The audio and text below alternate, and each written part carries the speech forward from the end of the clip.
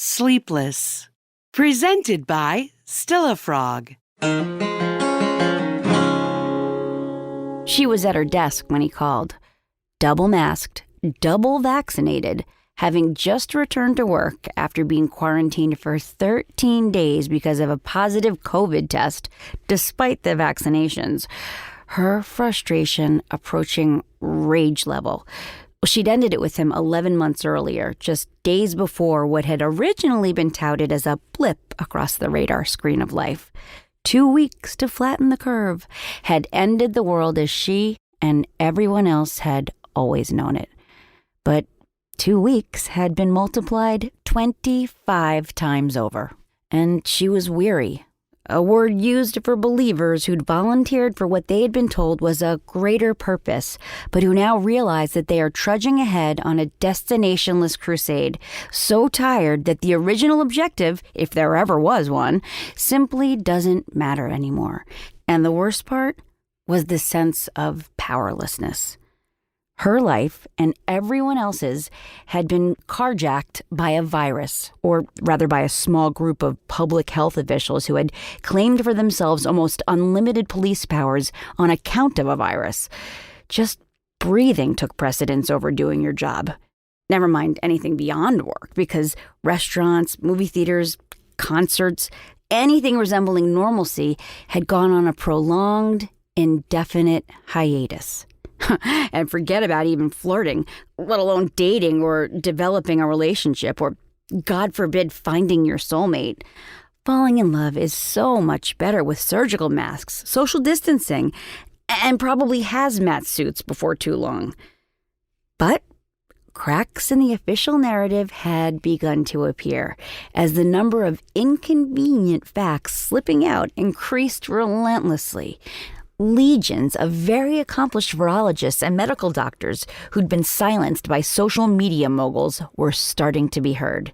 And now, a full year into the mass insanity, she was finding it harder and harder to ignore that sick feeling in the pit of her stomach that he'd been right all along.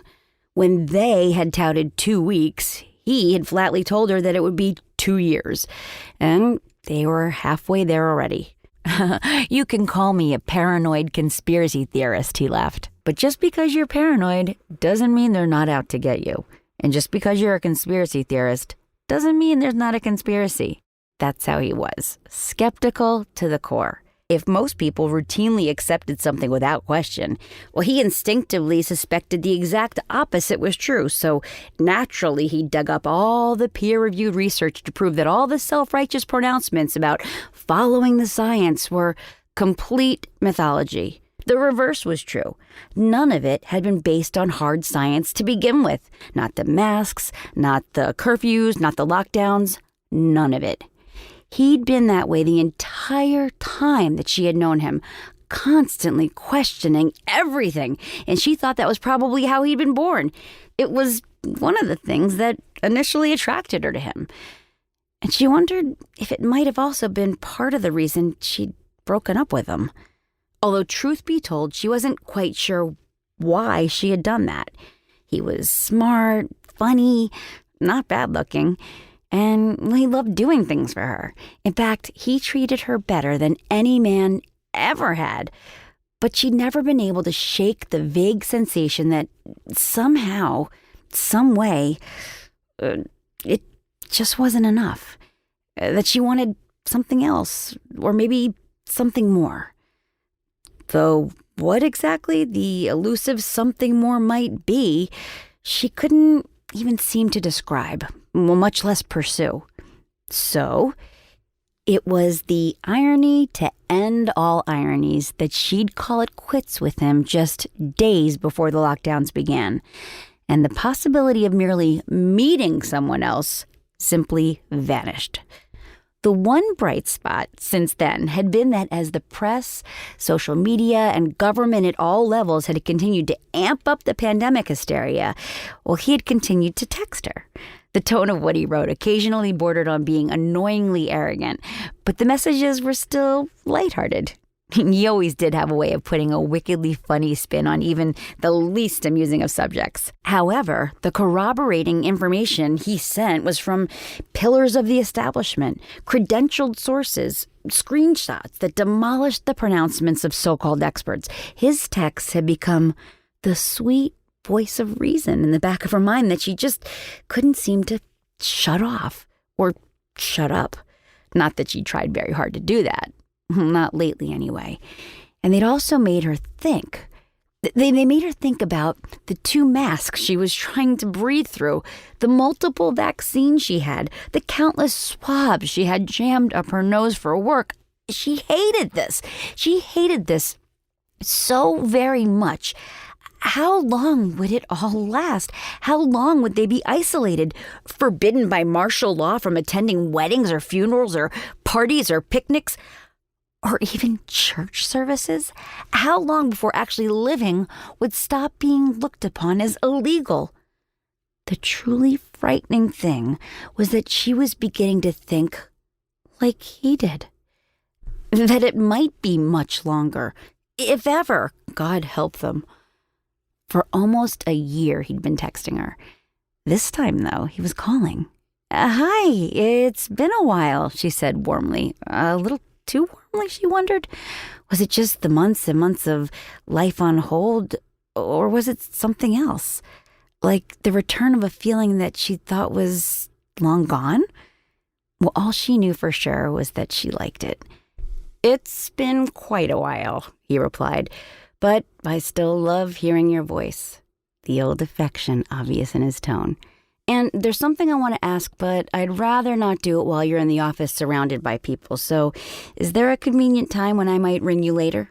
You know, with a beginning like that, you're going to have to tell me now, she laughed, suddenly realizing when she saw her assistant's surprised expression that she'd gone from sounding warm to almost loving. I'm going outside, she continued as she got up and walked towards the door, trying not to notice that everyone in the office was trying not to notice. Okay, I'm out. They were all looking at me, she said, laughing again. So what's up? I know that what we had was not enough for you, he began, and that you needed something more. But that was always going to be difficult to find, and since the panic began, it's become almost impossible to even look, especially where you are. All the more so with the split between those who have gotten the vaccine and those who won't. Things are better here. No curfew, masks are requested or recommended in a few places, but they're not required, and most people don't wear them at all, so I'd like you to consider a kind of Sleepless in Seattle in reverse arrangement. Sleepless in Seattle in reverse? She repeated, laughing. Sounds like the kind of romantic movie you'd watch. Something like You Don't Have Mail or Love Actually. But maybe not. Or 4 funerals and a wedding. Oh, please, he snickered. And she remembered with a smile. That was another thing about him that she'd really liked. Another way he'd been different from other men. He'd always laughed when she'd teased him. He'd never gotten snippy.